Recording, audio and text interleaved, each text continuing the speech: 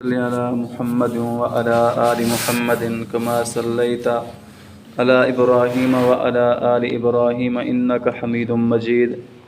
اللهم بارك على محمد وعلى آل محمد كما باركت على إبراهيم وعلى آل إبراهيم إنك حميد مجيد. گزشتہ درس میں عرض کیا تھا کہ جب ابراہیم علیہ السلام نے ان کے بتوں کو توڑ دیا اور کلہاڑا ان کے بڑے بت پر رکھ دیا اور پھر ان سے فرمایا کہ تم اپنے بتوں سے پوچھ لو کہ یہ کن نے ان کے ساتھ یہ ایسے حالات کیے ہیں، تو انہوں نے سر کو جھکایا اور کہنے لگے ابراہیم آپ تو جانتے ہیں کہ یہ بات نہیں کر سکتے، یہ بتا نہیں سکتے۔ ابراہیم علیہ السلام نے فرمایا کہ اف لکم ولما تعبدون، تمہارے لیے بھی تحفہ ہے اور تمہارے ان بتوں کے لیے جن کی تم عبادت کرتے ہو تحفہ ہے کہ جو اپنی حفاظت نہیں کر سکتے وہ تمہاری کیا حفاظت کریں گے، جو اپنے آپ کو نفع اور نقصان نہیں پہنچا سکتے، نفع پہنچا نہیں سکتے اور نقصان سے اپنے آپ کو بچا نہیں سکتے، وہ تمہیں کیسے نفع پہنچائیں گے اور تمہیں کیسے نقصان سے وہ بچا سکتے ہیں۔ تو جب انہوں نے دیکھا کہ یہ ہمیشہ باطل کی عادت رہی ہے، جب وہ دلائل کا مقابلہ نہیں کر سکتے تو پھر ان کا دوسرا جو رخ ہوتا ہے وہ مار دھاڑ کا ہوتا ہے اور گالم گلوچ کا ہوتا ہے، یہ ان کا دوسرا رخ ہوتا ہے۔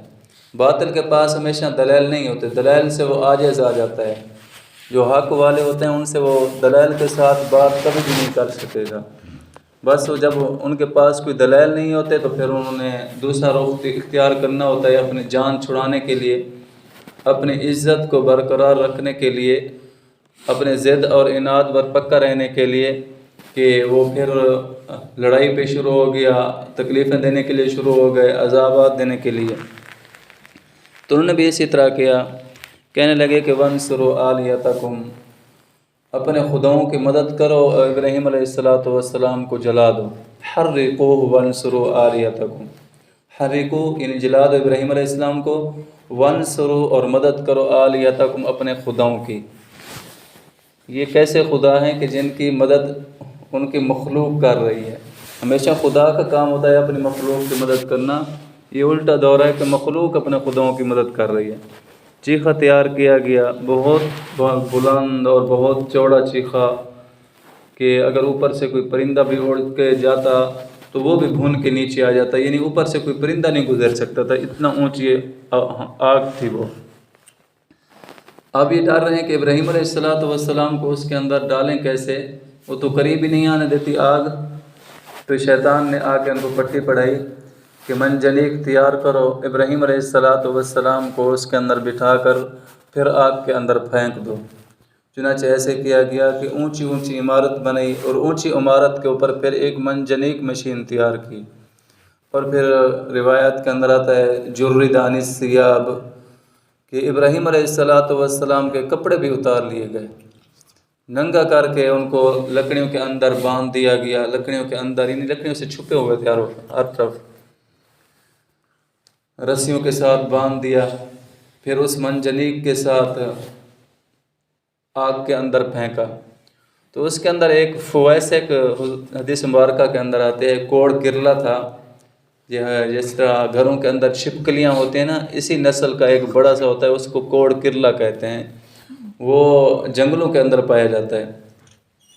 بعض حضرات نے تو لکھا ہے کہ یہی چھپکلیاں ہی تھیں، اسی کی نسل کا تھا، یعنی کہ اس وجہ سے حضور صلی اللہ علیہ وسلم نے بھی فرمایا کہ جس وقت اس نے پھونک مارنا شروع کر دیا آگ کو، یعنی آگ کو زیادہ کرنا، جس طرح پھونک مار کے آگ کو روشن کرتے ہیں یا آگ کو بھڑکاتے ہیں، اس نے بھی آگ کو بھڑکانے کی کوشش کی، تو اللہ کے نبی صلی اللہ علیہ وسلم نے اس کا نام فویسک رکھ دیا۔ فویسک یہ بڑا بدماش ہے فویسک، اور اس کو مارنا ثواب ہے، جو پہلی ضرب میں جو اس کو مار دے 100 نوافل کا ثواب، 100 نیکیاں اس کو مل جائیں گی۔ دو ضربوں میں مارے اسی طرح، 3 ضربوں میں جو مارے اس کو 10 نیکیاں مل جائیں گی۔ پھر بھی سیدہ عائشہ صدیقہ رضی اللہ تعالیٰ عنہ کے متعلق بھی ایک روایت آتی ہے کہ جس وقت انہوں نے عبادت وغیرہ نہیں کرنی ہوتی تھی تو ان کا مشغلہ یہی ہوتا تھا کہ ان کو تلاش کر کر کے مارتی وہ، یہ ویسے کہ ابراہیم علیہ السلام کے لیے انہوں نے آگ کو بھڑکانے کی کوشش کی ہے۔ تو اس سے علماء نے ایک مسئلہ یہ بھی لکھا ہے کہ اللہ والوں کے خلاف آگ بھڑکانے کی کوشش نہ کی جائے بلکہ آگ بجھانے کی کوشش کی جائے۔ وہیں پر ایک پرندہ تھا جس کا نام بلبل ہے، وہ بھی اپنی چونچ میں پانی لے کے جا رہا تھا، تو باقی پرندوں نے پوچھا کہ کہاں کا ارادہ ہے، بتایا کہ ابراہیم علیہ السلام کے لیے چیخا تیار کیا گیا ہے، اس کو بجھانے کے لیے جا رہا ہوں۔ تو انہوں نے کہا کہ تیری چونچ میں کتنا پانی اور اتنا بڑا چیخا، کیسے تو بجھائے گا آگ کو، آگ کا بٹھا لگا ہوا ہے۔ کہا کہ پتہ تو مجھے بھی ہے کہ میں نہیں بجھا سکتا، لیکن میں یہ چاہتا ہوں کہ کل قیامت والے دن میرا نام اللہ کے خلیل علیہ السلام کی آگ بجھانے والوں میں آ جائے، نہ کہ آگ بھڑکانے والوں میں۔ تو ہمیں بھی اس سے سبق حاصل کرنا چاہیے کہ بعض لوگ ایسے ہوتے ہیں جو آگ کو بھڑکانے کی کوشش کرتے ہیں، اگرچہ ان کے آگ بھڑکانے سے ہوتا کچھ بھی نہیں ہے۔ جس طرح کہ وہ کوڑ گرلا، اس نے کتنی کوشش کی پھونک مارنے کی، آگ بھڑکانے کی، آگ تو پہلے سے ہی روشن تھی، الٹا یہ بدنام ہو گیا اور اس کے اوپر یہ حکم بھی لاگو ہو گیا۔ اس کی ساری کی نسل، جتنی نسل تھی ساری نسل، اللہ کے محبوب صلی اللہ علیہ وسلم نے اس کو فاسق کہا، یہ فاسق فاجر نسل ہی نہیں، اپنی نسل کو بدنام کرا گیا۔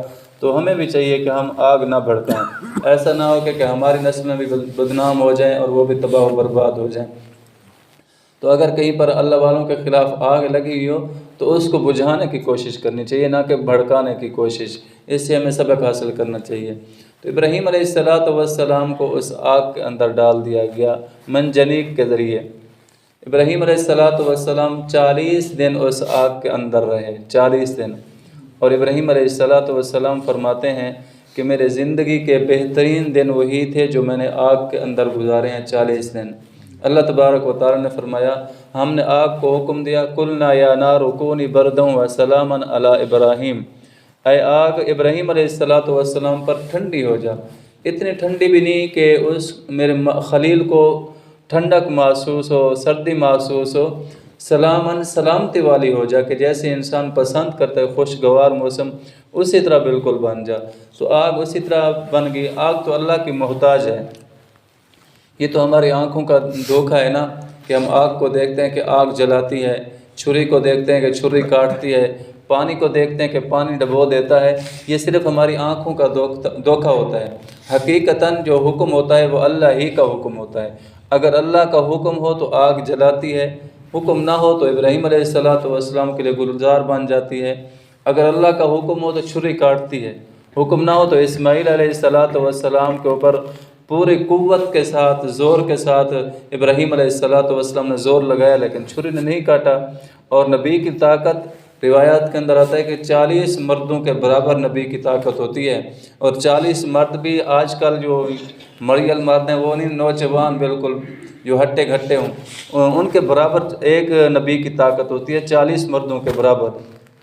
تو انہوں نے پورے قوت کے ساتھ چھری کو چلایا، چھری نہیں چلی، اللہ کا حکم نہیں تھا۔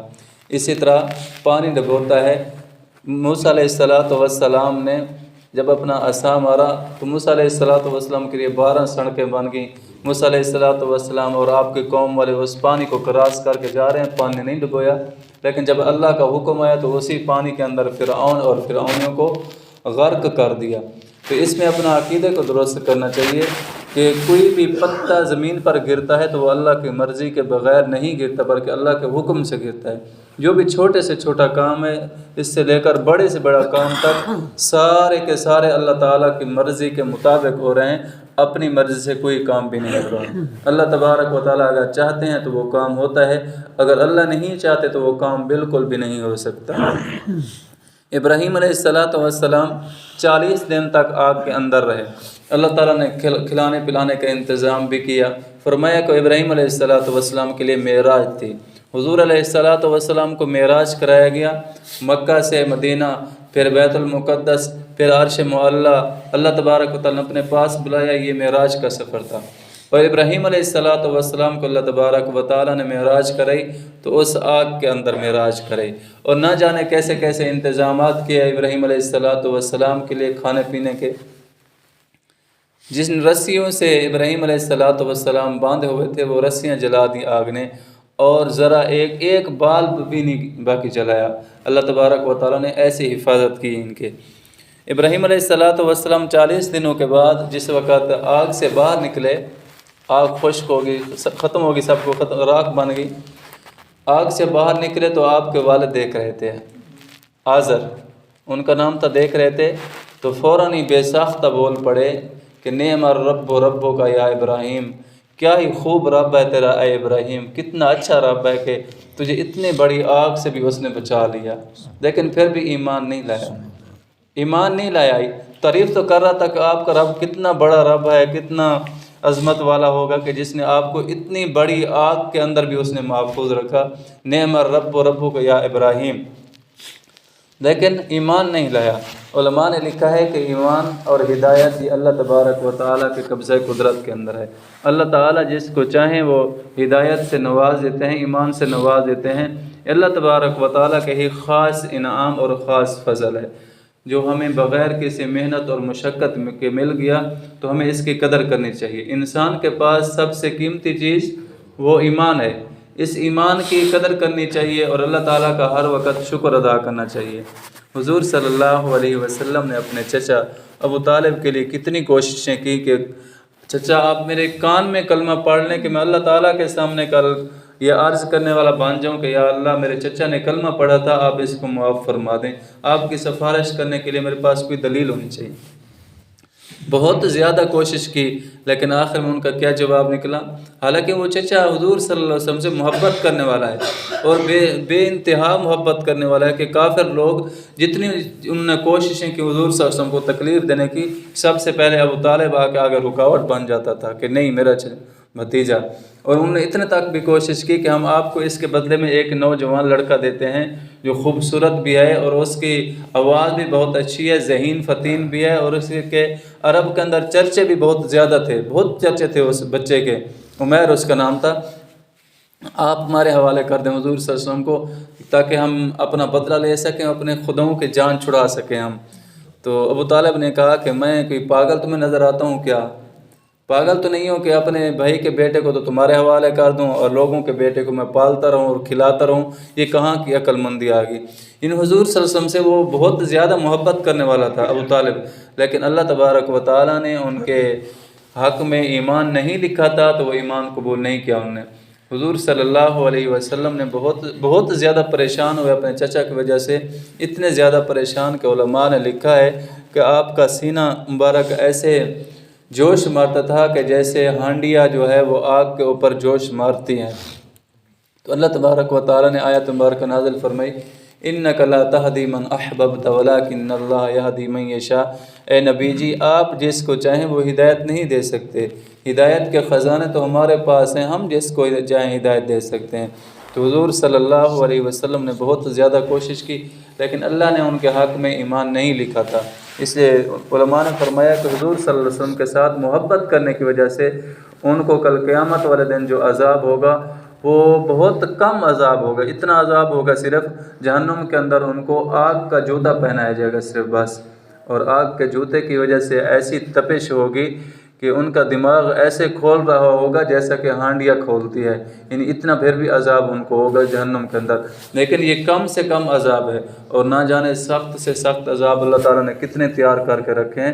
ہمیں اللہ تعالیٰ سے ہر وقت ڈرنا بھی چاہیے اور اپنے ایمان کی حفاظت کرنی چاہیے، اور بالخصوص خاتمہ بالایمان کی دعا کرنی چاہیے، کہ حضور صلی اللہ علیہ وسلم نے فرمایا کہ جس بندے کا پہلا بول لا الہ الا اللہ اور آخری کلمہ لا الہ الا اللہ تو وہ سیدھا جنت کے اندر جائے گا۔ اللہ تعالیٰ سے ہر وقت دعا کرنی چاہیے کہ اللہ تعالیٰ ہمارا خاتمہ ایمان پہ فرمائے، خاتمہ ایمان پہ فرمائے۔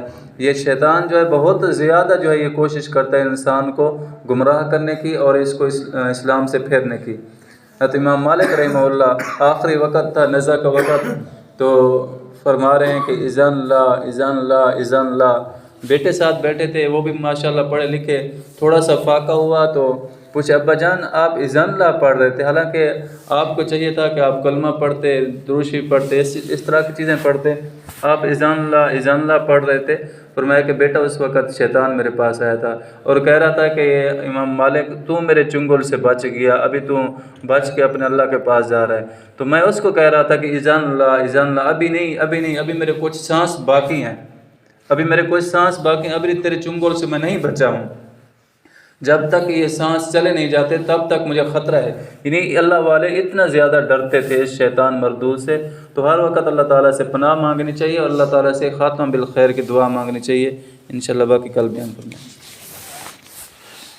الحمدللہ رب العالمین والعاقبۃ للمتقین والصلاۃ والسلام علی رسول محمد وعلی آلہ واصحابہ اجمعین۔ ربنا ظلمنا انفسنا وان لم تغفر لنا وترحمنا لنکونن من الخاسرین۔ اے کریم اللہ ہم سب کے صغیرہ کبیرہ گناہ معاف فرما۔ اے اللہ جتنے مسلمان پریشان حال ہیں ان کی پریشانیاں دور فرما، جتنے مقروض ہیں قرض کی ادائیگی کی صورت پیدا فرما، علماء طلباء مدارس کی حفاظت فرما، مجاہدین کے مدد و نصرت فرما۔ اے اللہ ہم سب کی جان مال عزت ایمان کی حفاظت فرما، تمام مسلمانوں کے جان مال عزت کی حفاظت فرما۔ سبحان ربک رب العزت عما یصفون وسلام علی المرسلین والحمد للہ رب العالمین۔ آمین برحمتک یا ارحم الراحمین۔